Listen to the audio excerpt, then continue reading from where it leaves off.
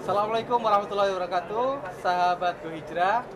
Kita sekarang sedang ada di Syariah Fair Jatim 2023. Kita sedang ada di booth Go Hijrah. Ya bisa dilihat booth Go Hijrah dengan berbagai macam merchandise-nya ya. Insya Allah kita ada di acara Go Ngobrol santai bersama sosok inspiratif Paul. Insya Allah kita akan wawancara.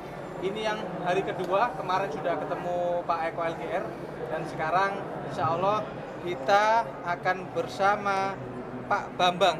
Ya. Assalamualaikum Pak. Waalaikumsalam. Sehat-sehat Pak? Alhamdulillah sehat-sehat. Jadi Pak Bambang ini adalah founder dari RP. RP ini bukan rupiah ya, jadi RP ini adalah ruang pasien. Insya Allah, jadi ruang pasien itu banyak membantu pasien-pasien yang sekiranya ini ya Pak ya, seperti rumah singgah itu Pak ya, Insya Allah seperti itu. Dan nanti Insya Allah beliau akan menjelaskan apa sih ruang pasien, dan kita juga mengulik siapa sih Pak Bambang itu tadi. Demikian, silakan. Kira-kira ini Pak, bisa dijelaskan namanya ini Pak Bambang siapa? Bambang Kuncoro Yekti. Bambang Kuncoro Yekti. Ya. Asli mana Pak Bambang? Kalau saya memang lahir di Surabaya, Mas. Lahir Surabaya, asli ya. Surabaya. Cuma orang tua dari Ponorogo. Oh, orang tua Ponorogo. Ya. Insya Allah. Seperti itu.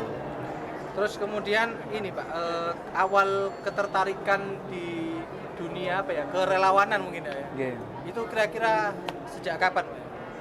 Kalau saya sih tergolong relawan yang masuknya telat ya, karena jadi kan kita masuk di dunia kerelawanan itu di usia di saat-saat di atas 30 tahun lah.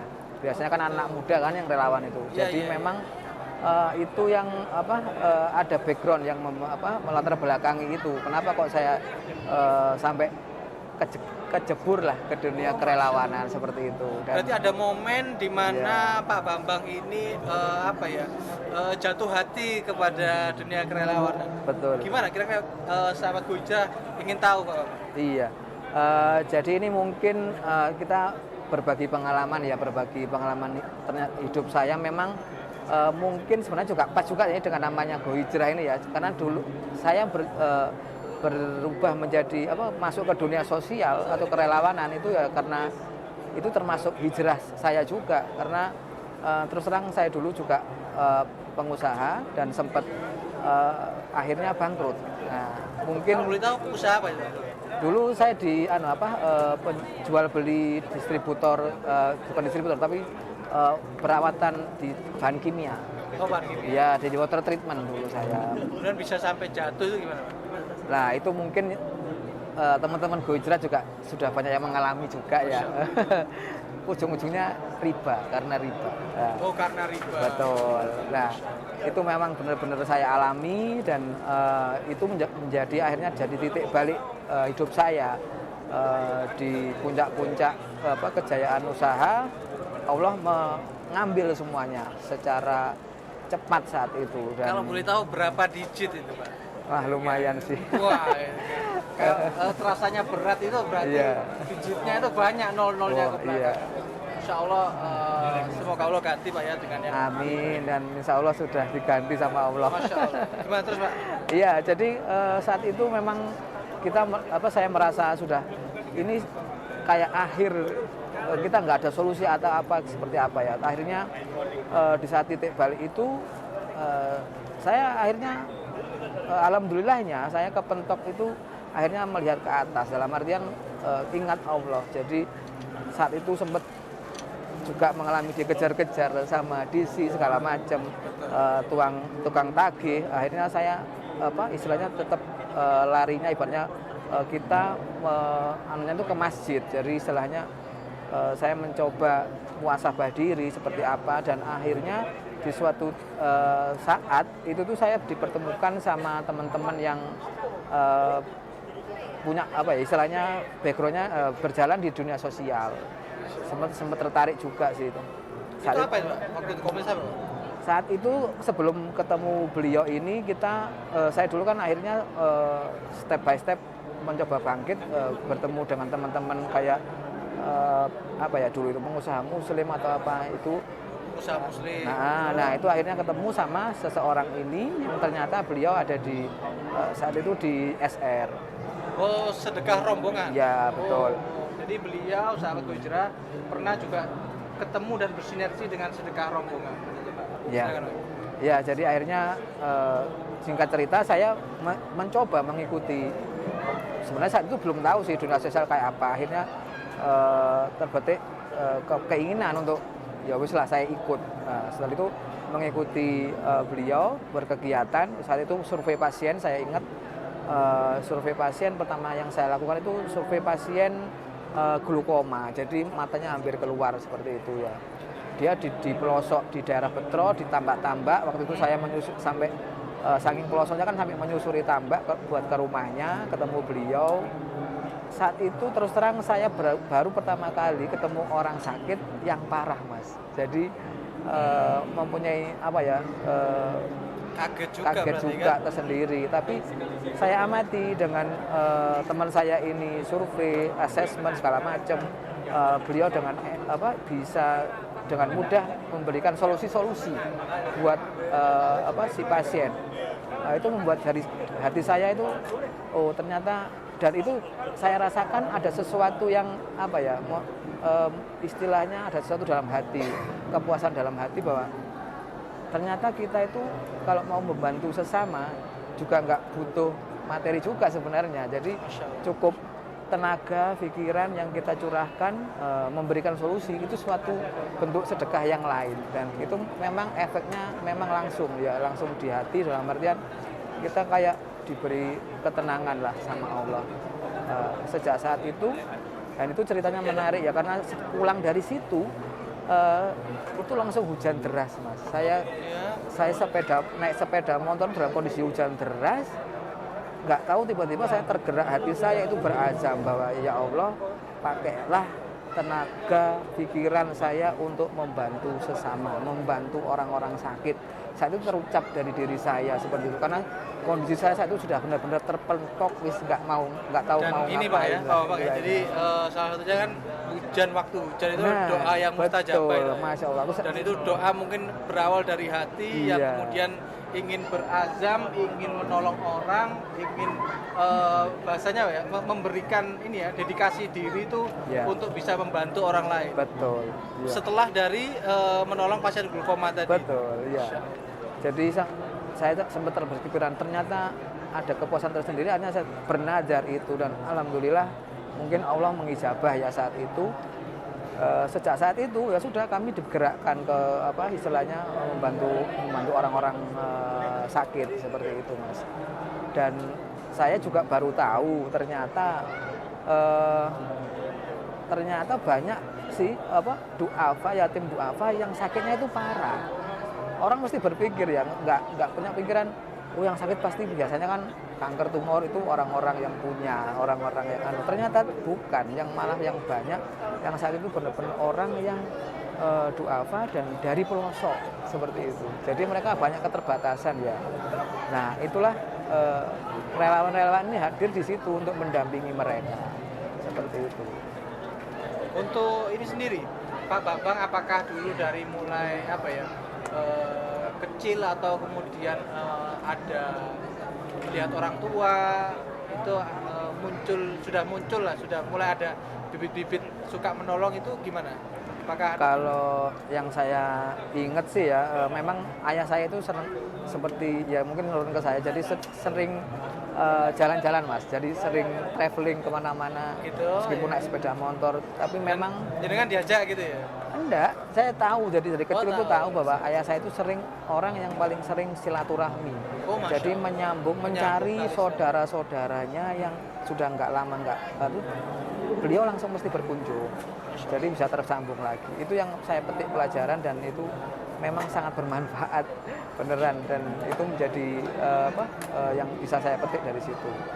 Dan yang sering Bapak ucapkan itu adalah kalau kita membantu sesama atau membantu orang lain itu pasti tidak hanya kita yang akan dapat balasan, tapi bisa jadi Allah itu membalas kepada anak cucu kita seperti itu. Masya Allah. Jadi akhirnya kan diberi kemudahan keturunannya kayak seperti itu. Itu yang benar-benar kami rasakan sih.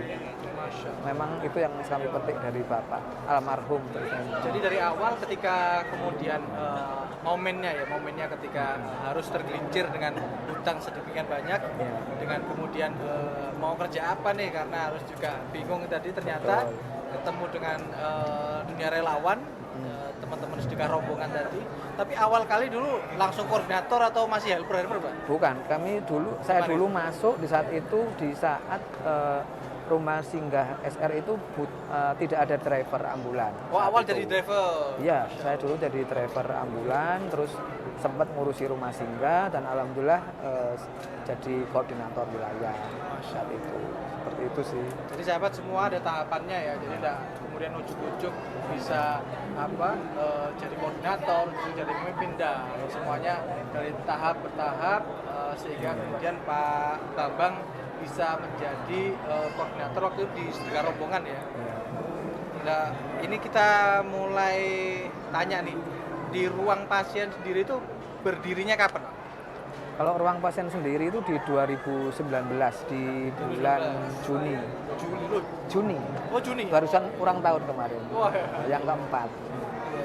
Ya, jadi mungkin saya bisa luruskan. Jadi kalau foundernya sebenarnya bukan saya, tapi Begitu. Bu Ayu istri saya. Jadi malah dulu juga relawannya. Jadi foundernya ini Bu Ayu ya? Ya, betul. Bu Ayu itu foundernya Pak Bambang. Gitu. Bercanda Pak ya, bercanda. Ya, Betul itu, sih. Iya benar Pak, jangan nggak diakuin Pak istri sendiri Pak. Jadi iya kira-kira visi misinya itu apa sih Pak? Kemudian sehingga kemudian ada ruang pasien. Ya, jadi sebenarnya beranjak dari background relawan yang mendampingi pasien tadi, akhirnya kami itu kan sudah akhirnya paham kan bahwa ternyata pasien-pasien yang tim duafa ini butuh pendampingan karena mereka pasti minim edukasi, minim pengetahuan tentang kota-kota rujukan karena mereka kebanyakan dari pelosok. Akhirnya kami kalau kita bilang pemerintah hadir adalah mungkin menyediakan BPJS. Untuk pengobatan ada rumah sakit, ya kan? Nah, tapi kalau orangnya sakit di pelosok, dia nggak bisa pakai BPJS untuk bayar transportasi kan? Oke. Dia juga nggak bisa butuh bayar kos pakai BPJS, nggak bisa. Nah, kami hadir itu untuk mengisi kekosongan blank spot itu. Jadi kami menempatkan diri sebagai kayak jembatan, menjadi fasilitator, tapi bukan memfasilitasi seperti apa ya, tapi menjadi jembatan, lebih pada jembatan sehingga kami bisa mendampingi mereka secara holistik dan terpadu. Jadi kalau visi dari ruang pasien sih harapannya bisa menjadi suatu yayasan yang istilahnya bisa di dalam pendampingan pasien secara holistik terpadu yang terbaik di seluruh Indonesia. Seperti itu sih kalau visinya. Kalau misinya yaitu tadi akhirnya kita karena kebutuhan pasien itu tuh tidak hanya dia berobat ke rumah sakit, tapi dia butuh transportasi ya. Terus karena ini sakitnya kebanyakan parah, karena kota yang dirujuk ke Surabaya pasti sakitnya parah. Jadi Surabaya sendiri kan pusat rujukan Indonesia Timur kan, dari Papua, dari NTT, dari Jawa Timur, dari Kalimantan. Itu Berarti yang di dalam ruang pasien ini sampai seluruh Indonesia Timur ya? Oh iya, jadi kita beragam dari mana-mana. Paling jauh sampai mana Pak? Papua ada. Wah, Ada. Iya, Papua ada. Papua sana? Betul. Ada beberapa dari Papua. Jadi alhamdulillah kami hadir di situ untuk mendampingi mereka. Jadi mendampingi dalam hal apa? Jadi kalau mereka berobat waktu di Surabaya, mereka pasti butuh tempat kan untuk istilahnya untuk singgah lah ibaratnya. Kalau mereka nggak ketemu rumah singgah, itu mereka akan kos. Nah, itu kan ada biaya. Ada biaya. Dan itu harian yang pasti sifatnya. memberatkan juga. Betul. Apalagi kalau orang bicara sakit kanker tumor, yang nggak mungkin 1-2 hari, pasti bulan-bulanan kan.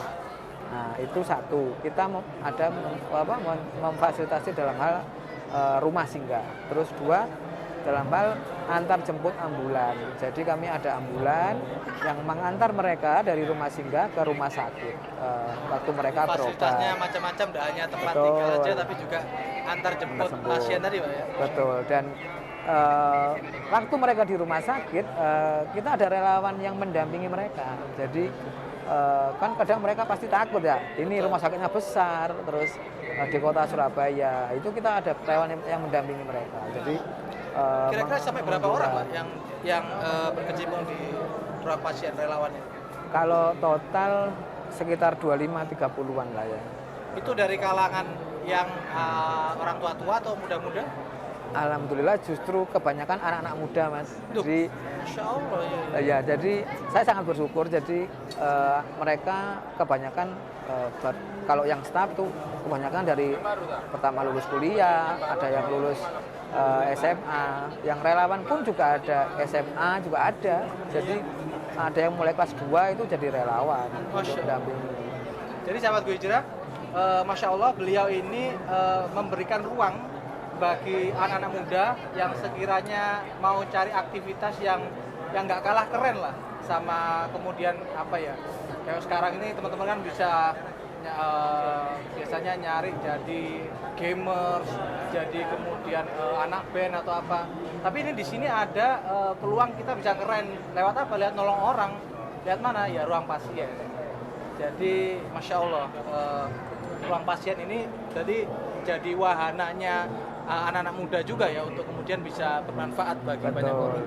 Ya terkadang kan anak-anak muda itu kan hanya mereka melihat, tapi mereka bingung ini apa ya wadahnya untuk mengekspresikan keinginannya. Jadi kami mewadahi anak-anak muda yang memang punya empati sosial, yang punya jiwa sosial itu untuk bergabung. Ada seleksi khususnya nggak?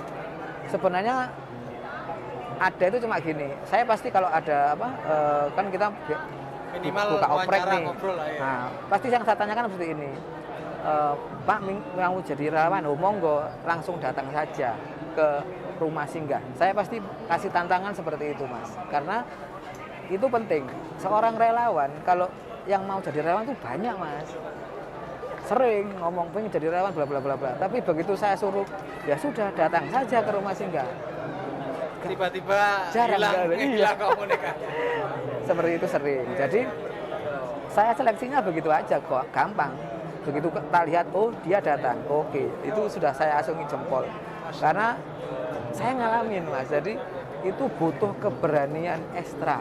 Karena saya saat itu kan juga disuruh datang, ibaratnya ya sudah datang aja ke rumah singgah. Saya sempat 2 kali mencoba itu. Jadi pertama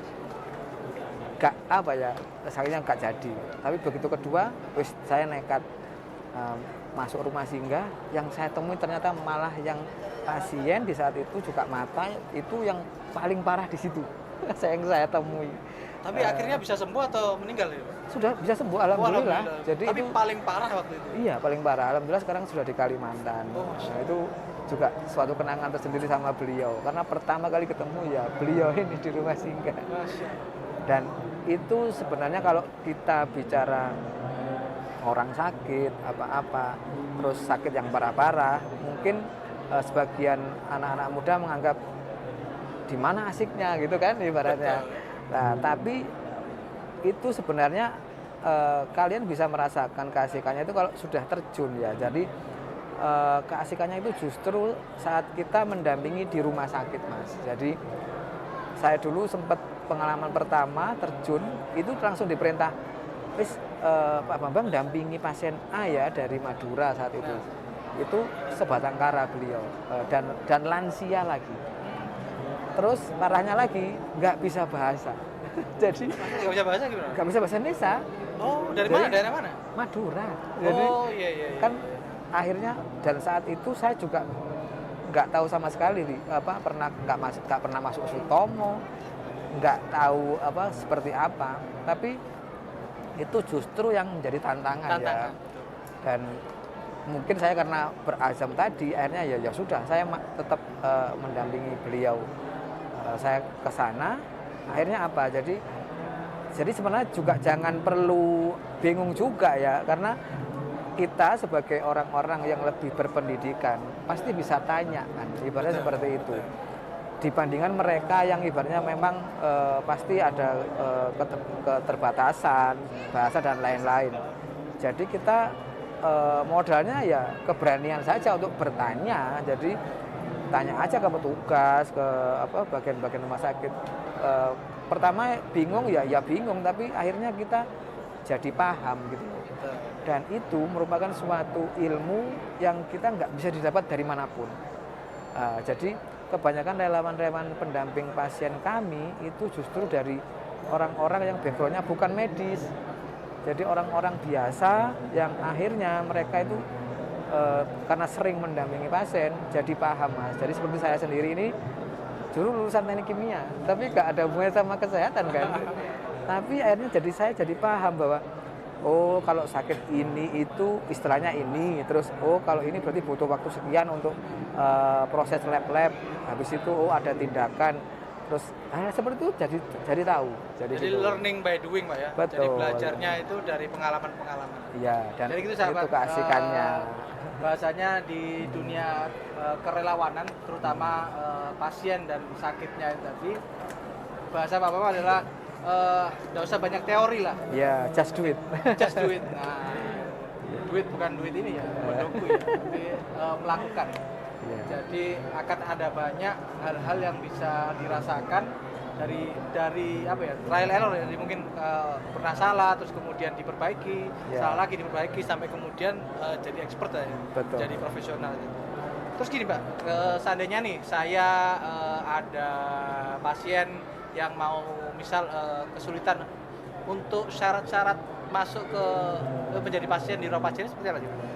Ya, jadi kami selalu menekankan bahwa ruang pasien ini merupakan suatu wadah yang kami bentuk itu untuk mewadahi satu dari kebutuhan pasien-pasien terutama, dua yang tadi relawan-relawan yang pengen mengabdikan diri untuk membantu orang sakit, juga merupakan wadah tempat para donatur nih yang istilahnya mungkin selama ini yang beliau tahu kan cuma bantu anak yatim, duafa, panti asuhan segala macam.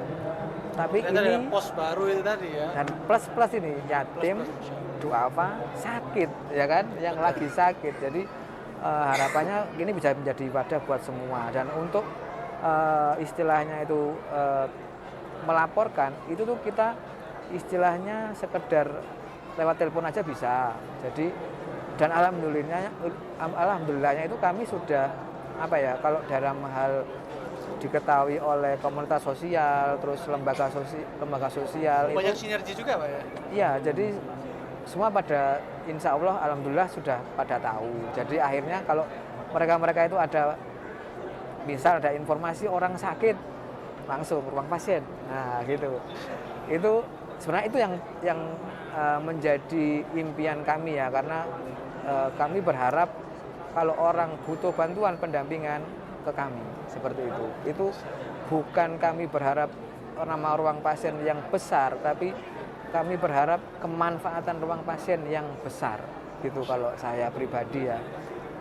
Seperti itu sih, makanya dan kami suatu yayasan yang mengedepankan sinergitas, Mas. Jadi kami merasa bahwa kami banyak kekurangan, jadi ibaratnya dalam hal ini kan pasti butuh bergandengan tangan lah, istilahnya seperti itu. Makanya itu kami memberanikan diri untuk membuat sinergi-sinergi, terutama di Surabaya ini alhamdulillah sudah terbentuk sinergitas kelompok-kelompok komunitas sosial di Surabaya. Oh gitu. Iya, Apa jadi namanya? Surabaya Berbagi. Surabaya. Seperti itu. Jadi di situ kita itu semua yang ada di grup itu hanya grup aja ya, bukan suatu komunitas atau apa, itu cuma hanya mewadahi gitu. saja, betul. Misal ada permasalahan pendidikan, di-share di situ, ada yang di dalam hal pendidikan. Oh ya, ada yang nyaut. Yang sakit berarti ruang pasien. Oh, yang butuh sembako, lembaga apa. Kayak seperti itu.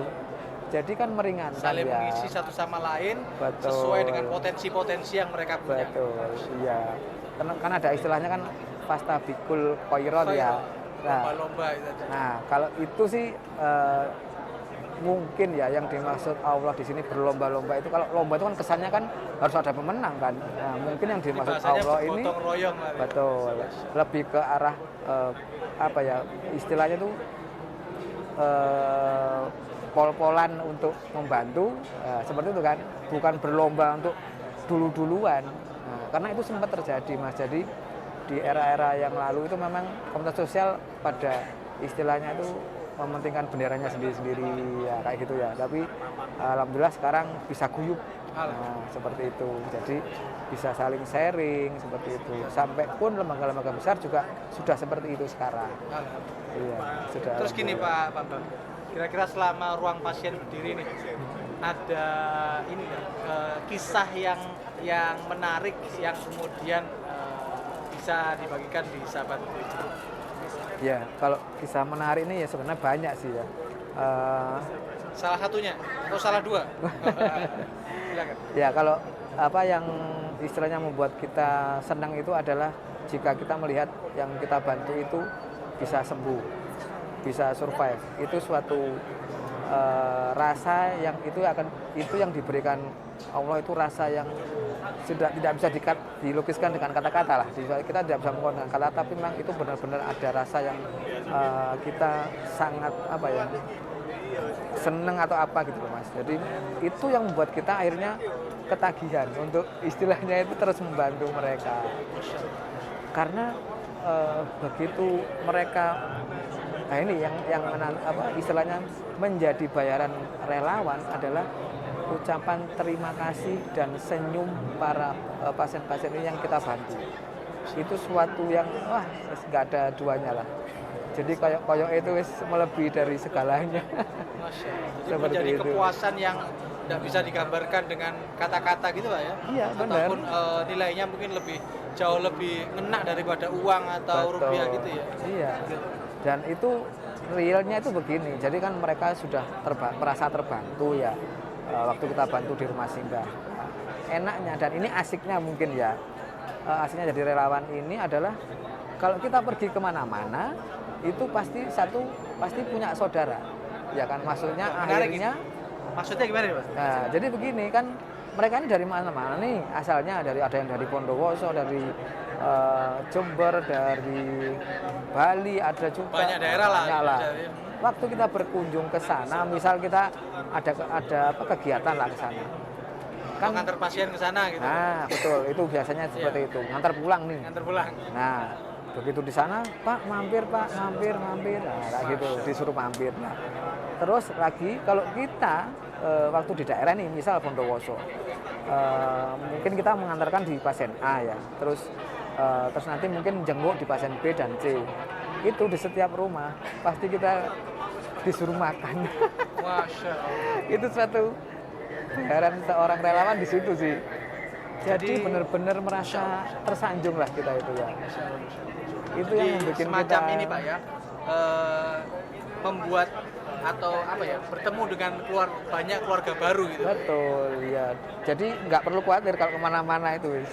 Jadi pasti ada yang nawarin, oh di sini aja Pak, stay-nya di mana gitu, seperti itu. Jadi justru malah ditawarin Pak Betul. ya, nggak bingung kemana-mana, justru malah Iya. ditawarin untuk mampir ke sini, mampir ke sana. Iya. Karena pengalaman tadi bagaimana mereka nikmat ketika dilayani oleh ruang pasien. Betul. Cuman gini Pak Bapak, ini kan kegiatannya tadi seperti banyak mulus-mulusnya ya, terkait menolong orang. Kira-kira gak enaknya ini apa sih Pak? Banyak. Ada. Nah, ini sahabat. Jadi jangan lihat enak-enaknya saja. Ini kita dengarkan apa sih gak enaknya itu tadi. Karena kadang orang baik pun itu kadang ada yang menghasati. Jadi ada yang tidak suka. Hasad itu kan prinsipnya adalah susah melihat orang senang, tapi senang melihat orang susah. Nah, sedangkan beliau itu terjun di dunia tolong menolong, tapi ternyata juga ini Pak ya, banyak juga yang kurang suka gitu Pak ya. Atau Betul. gimana? Dan itu merupakan apa ya? Kalau bagi saya sih bukan tantangan ya, maksudnya itu Semakin motivasi, makin Pak, ya? memotivasi ya. Jadi karena kalau orang baik terus difitnah segala macam itu memang seperti itu adanya. Jadi ibaratnya justru kalau kita berbuat baik itu jangan harap kita misalnya bisa tenang atau apa, maksudnya bukan tenang ya, maksudnya jangan harap kita santai-santai aja, karena justru kalau kita berbuat baik itu akan semakin ujian itu semakin besar, karena memang seperti itu adanya kan ya. Kalau kita semakin istilahnya menjadi ada level di atas semakin naik itu angin akan menerpa lebih keras lagi. Semakin tinggi maka anginnya semakin kencang. Nah, justru di situ kita dapat apa ya? Kita dapat belajar dari situ bahwa gimana sih caranya mengatasi diri itu tadi. Karena kan Allah pengennya begitu ya. Kalau ibaratnya kita mau pengen naik kelas ya harus ujian dong. Nggak mau ujian ya nggak jadi naik kelas kan, seperti itu. Ya itu justru yang kita dapatkan.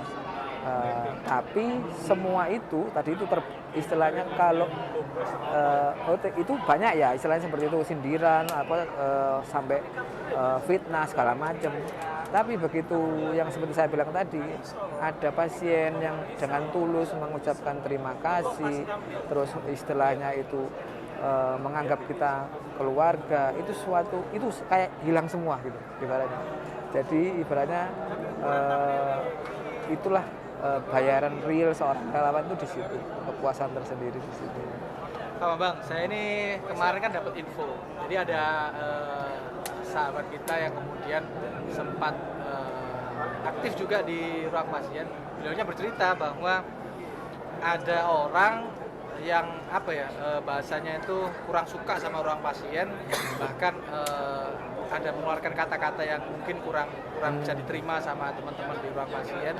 Tetapi karena kemudian kesabaran teman-teman kemudian melihat kebaikan orang tersebut atau lihat umurnya karena sudah tua, jadi mereka memaklumi. Ternyata kemudian ketika beliaunya qadarullah sakit, ternyata yang menolong teman-teman orang pasien. Itu gimana, bisa diceritakan Pak? Unik kan, menarik gitu. Iya. Ya itulah yang sering terjadi ya. Jadi sering terjadi kayak gitu. Iya. Kalau saya boleh cerita itu malah ada yang kalau ini cerita yang lebih ekstrim lagi, itu ada waktu kita pindah rumah singgah seperti itu, kan agak susah Mas. Kalau kita istilahnya harus komunikasi sama lingkungan segala macam. Dan saat itu ada penolakan.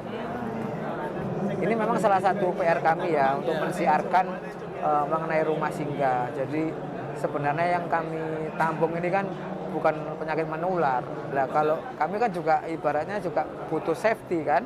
Relawan juga nggak sembarono istilahnya kita nampung menular kan kita juga tertular. Itu yang mungkin belum terpahamkan di khalayak umum lah ibaratnya. Nah, itu ada penolakan dan itu dalam tanda kutip saat itu memang Pak RT.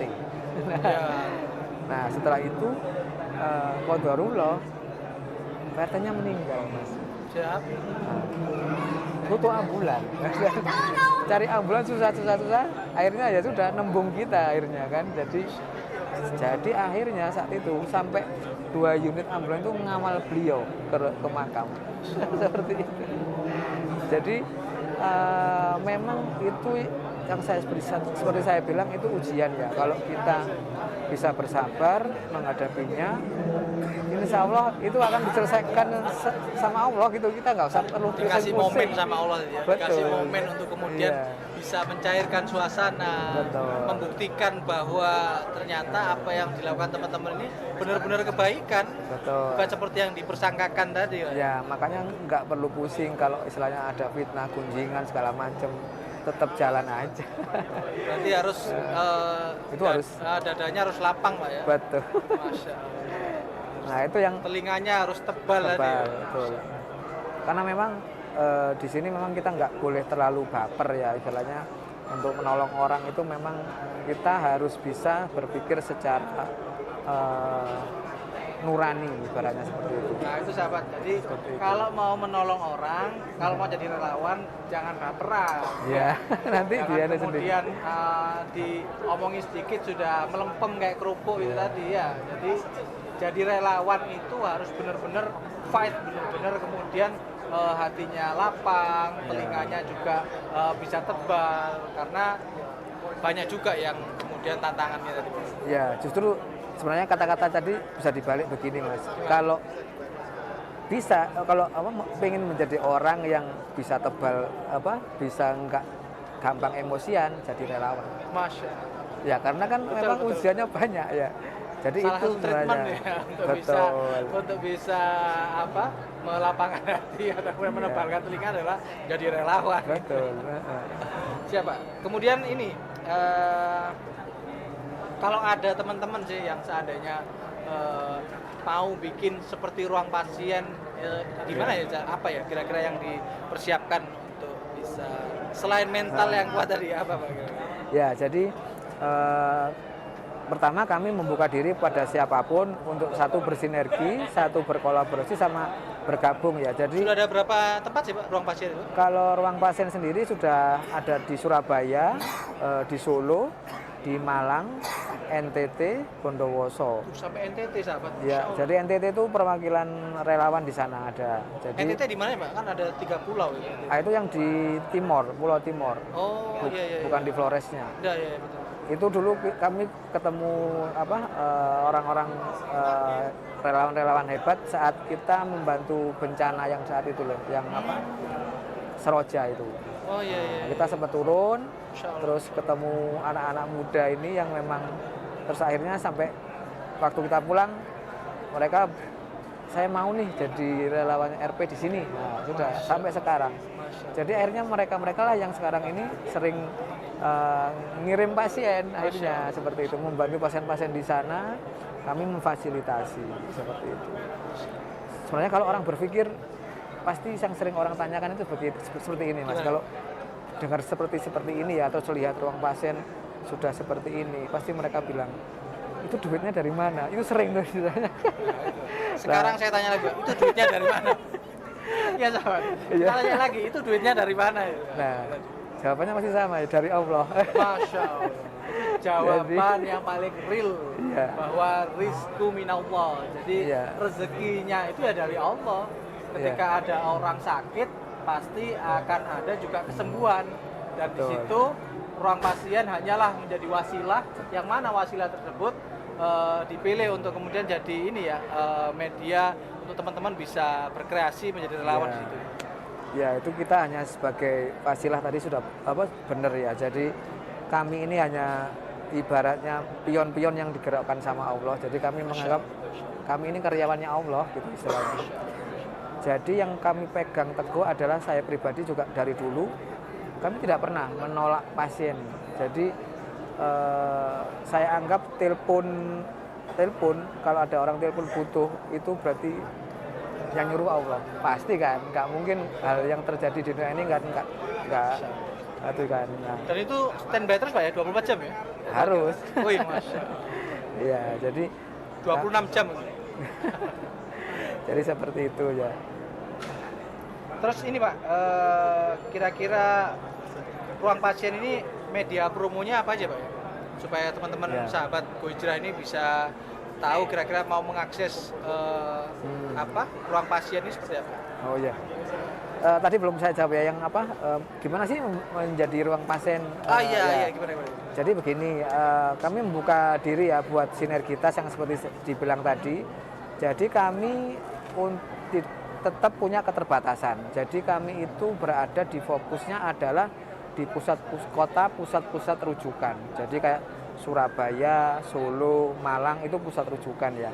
Dan harapannya, mohon doanya, kita berada di pusat rujukan seluruh Indonesia. Jadi, tapi bukan berarti kami harus yang di sana ibaratnya seperti itu. Jadi kami membuka nih sinergitas, misal pengen mungkin mereka ada di Jakarta dan pengen gimana sih bikin ruang pasien di Jakarta, monggo. Jadi Kalimantan mungkin belum ada Pak ya. Betul. Nanti kami akan membantu istilahnya semacam SOP-nya Pak ya. Betul. Jadi memulainya bagaimana, SOP-nya bagaimana, itu akan kami bantu. Jadi pun misal istilahnya cuma dipasang logo kami kecil pun nggak ada masalah. Yang penting adalah Karena dengan adanya sistem-sistem ruang pasien di beberapa kota itu kan jadi memperluas ya kemanfaatan. Jadi misal ada yang butuh ke Jakarta nih, ternyata kita belum ada, tapi karena mungkin ada sinergitas yang istilahnya mau membuka di sana, ya kita kan akhirnya jadi bisa membantu orang ke sana, seperti itu sih. Jadi itu kalau media partner kita, kalau media kita itu sebenarnya terus terang yang selama ini yang kita istilahnya lakukan masih terbatas lewat media sosial dalam hal siar dan penggalangan dana lewat hanya media sosial saja. Jadi media sosial kami ada IG, Facebook, TikTok, YouTube ada, website juga IG-nya ada. apa? Ruang pasien Ruang pasien semua, ruang atau pasien. ruang underscore pasien atau gimana? Ruang pasien. Oh, tulis aja di @ruang pasien. Ruang gitu. pasien. Itu IG-nya. Jadi Facebooknya sama. ruang pasien gitu juga. Atau terus ada yayasannya? nggak ada. Nggak ada ya? TikTok Ruang juga pasien. ruang pasien. TikTok. Itu juga untuk titik-titik rumah singgah kita juga sudah ada di Google, jadi di JMP juga sudah ada. Kalau butuh rumah singgah tinggal ngetik rumah singgah Surabaya sudah muncul. Terus butuh ambulan kita juga sudah ada juga. Jadi harapannya sih kemanfaatannya bisa maksimal lah, terutama di Surabaya ya. Karena saya menyadari bahwa yang selama ini kami bantu kan yang dari luar, Mas. Karena kan mereka kan butuh rumah singgah kan pasti dari orang luar kan, nggak mungkin dari Surabaya. Dan saya sangat berharap kemanfaatannya itu juga bisa diterima oleh warga-warga Surabaya yang membutuhkan. Sudah ada sih, tapi masih belum banyak. Jadi kadang kami ketemu warga yang sakit, terus kami dampingi, antar jemput, seperti itu aja sih sementara ini. Intinya kami siap mendampingi. Banyak ngobrol nih, pasti haus, Ya. Pak. Ini silakan, Pak. Matur suwun. Iya. Ini juga teman-teman muslim juga yang produksi air asla. Asla. Bismillah. Bismillah.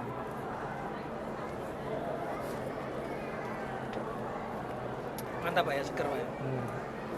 Alhamdulillah. Salah satu bentuk dedikasi teman-teman muslim juga di di dunia perairan ya, atau air minum itu tadi, yang mana ya alhamdulillah banyak bermanfaat bagi teman-teman di Syariah Fair. Iya, mantap. Yang terakhir nih Pak, sebelum kita tutup acara Go Ngobrol, harapan besar apa yang ingin Pak Bambang dapatkan dari, atau yang Bapak ingin berikan dari ruang pasien? Ya, itu tadi sih harapan terbesar saya adalah kemanfaatan dan ruang pasien ini bisa berlanjut sampai nanti ya, sampai nanti akhirnya bisa bermanfaat terus lah buat umat. Jadi harapannya ini bisa berkesinambungan terus, bisa bergulir terus, berjalan terus, akhirnya bisa, maksudnya tetap bisa mewadahi dari sisi kerelawanan, dari sisi orang yang mau istilahnya menjadi donatur, menjadi ladang amal lah ibaratnya buat siapapun, dan terutama buat pasien yatim duafa ya, seperti itu ya. Dan bisa meluas kemanfaatannya di seluruh Indonesia. Itu sih harapannya dari ruang pasien seperti itu. Dan bisa terus berjalan, ada atau tanpa Pak Bambang ini sudah bisa terus berjalan lah Pak Lawan tadi ya. Nah, itu yang utama sebenarnya. Jadi saya berharap sepeninggal saya pun ini tetap berjalan, karena ini istilahnya kalau saya sih sangat jariah Pak ya. Betul, kalau saya sih sangat yakin ya, kalau kita berada di jalan kebaikan, Allah akan selalu support. Jadi seperti itu.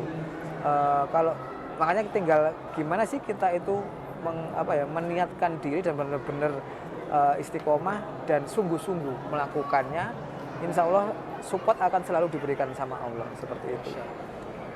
Tapi biasanya memang pertolongan Allah itu di detik-detik terakhir, Mas. Nah, ya. Gimana itu Pak Bambang? Ada kisah ada yang seperti itu? Itu Masya Allah.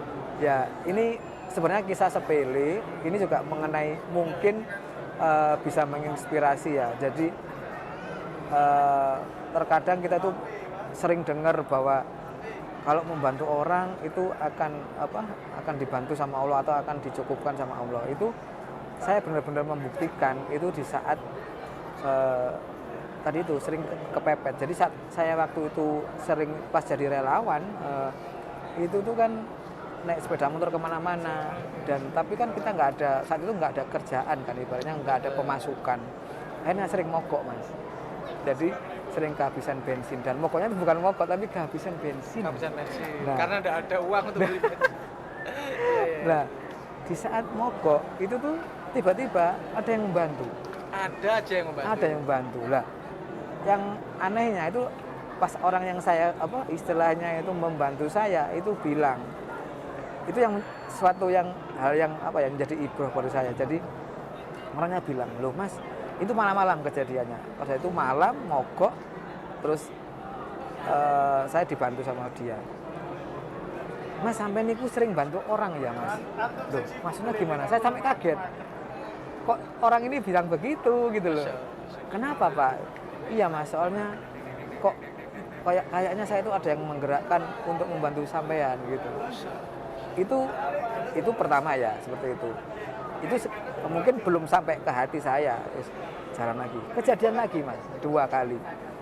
Terus ada lagi mogok, tiba-tiba ada yang datang, Mas mogok ya, ini saya bantu, dituntut, didorong sama Kaki. motor itu kan. Nah sudah, ketiga itu sampai saya begini, mogok lagi kan, masa sih ada yang bantu lagi gitu loh, ibaratnya masih belum ada keraguan belum gitu percaya nih. Belum percaya. Datang lagi Mas, Masya Allah, itu membuat saya, ya Allah, memang kamu benar, istilahnya Allah itu benar-benar membuktikan bahwa kalau kita itu memang ikhlas membantu sesama, itu pasti ada aja pertolongan. Dan saya itu kalau kehabisan bensin gitu tuh mesti deket Mas, mungkin ban bocor atau apa, deket tambal ban, deket pom bensin, pasti. Kalau bensin habis deket pom bensin, Iya. kalau ban bocor deket tambal ban. Dan Itu selalu ada yang membantu. Betul, dan polanya seperti itu. Jadi saya itu ketiga dan keempat, sampai keempat itu saya sempat bergurau sama Allah. Masa sih ya Allah kamu bantu lagi, ini yang keempat datang lagi. Itu yang terakhir, ibaratnya sudah menguatkan, benar-benar menguatkan saya bahwa semakin meyakinkan betul, bahwa ternyata ada dampak besar dari membantu sesama itu tadi. Ternyata Allah juga jaga betul, perwakilan-perwakilan atau hamba-hambanya yang kemudian bisa membantu satu sama lain. Setidaknya kalau kita kan membantu orang sakit nih, insya Allah kita dijaga dalam hal kesehatan, itu penting. Padahal kesehatan kan paling mahal ya Mas ya. Nikmat paling mahal itu kesehatan. Nah itu yang saya alami. Jadi selama saya sampai sekarang, alhamdulillah keluarga saya dijaga. Istilahnya kalau sakit pun ya nggak sakit-sakit yang keras, ibaratnya terlalu berat, dan batuk pilek demam yang betul, wajar lah, nggak terlalu keluar biaya banyak seperti itu saya sangat syukur. Nah cara bersyukurnya apa ya, tetap melakukan ini kan, ibaratnya seperti itu yang harus kita jaga. Terima kasih Pak Bambang. Oke. Jadi sahabat, jangan pernah ragu Betul, untuk menolong berbuat orang, baik. karena di dalam pertolongan kita itu akan kemudian turun rahmatnya Allah, akan turun perhatiannya dari Allah. Dan jangan pernah ragu untuk kekurangan rezeki, malah justru Allah akan menutup kesusahan-kesusahan kita dari kita menolong orang lain itu tadi. Betul. Terima kasih Pak Bang. Ya, terima sukses kasih buat banyak. ruang pasien, Ya, dan sukses juga harapan buat besar dari sahabat Bapak Go Hijrah ya. Sahabat Go Hijrah. Ya. Terima kasih banyak. Ditunggu nih kedatangannya ke rumah singgah, di ruang pasien. Kita sudah pernah sih beberapa kali Pak ya, ada kegiatan dengan ruang pasien, dan insya Allah kita punya sinergitas yang juga berkelanjutan ke depannya. Amin. Demikian Go Ngobrol malam ini. Nantikan Go Ngobrol selanjutnya. Wassalamualaikum warahmatullahi wabarakatuh. Waalaikumsalam.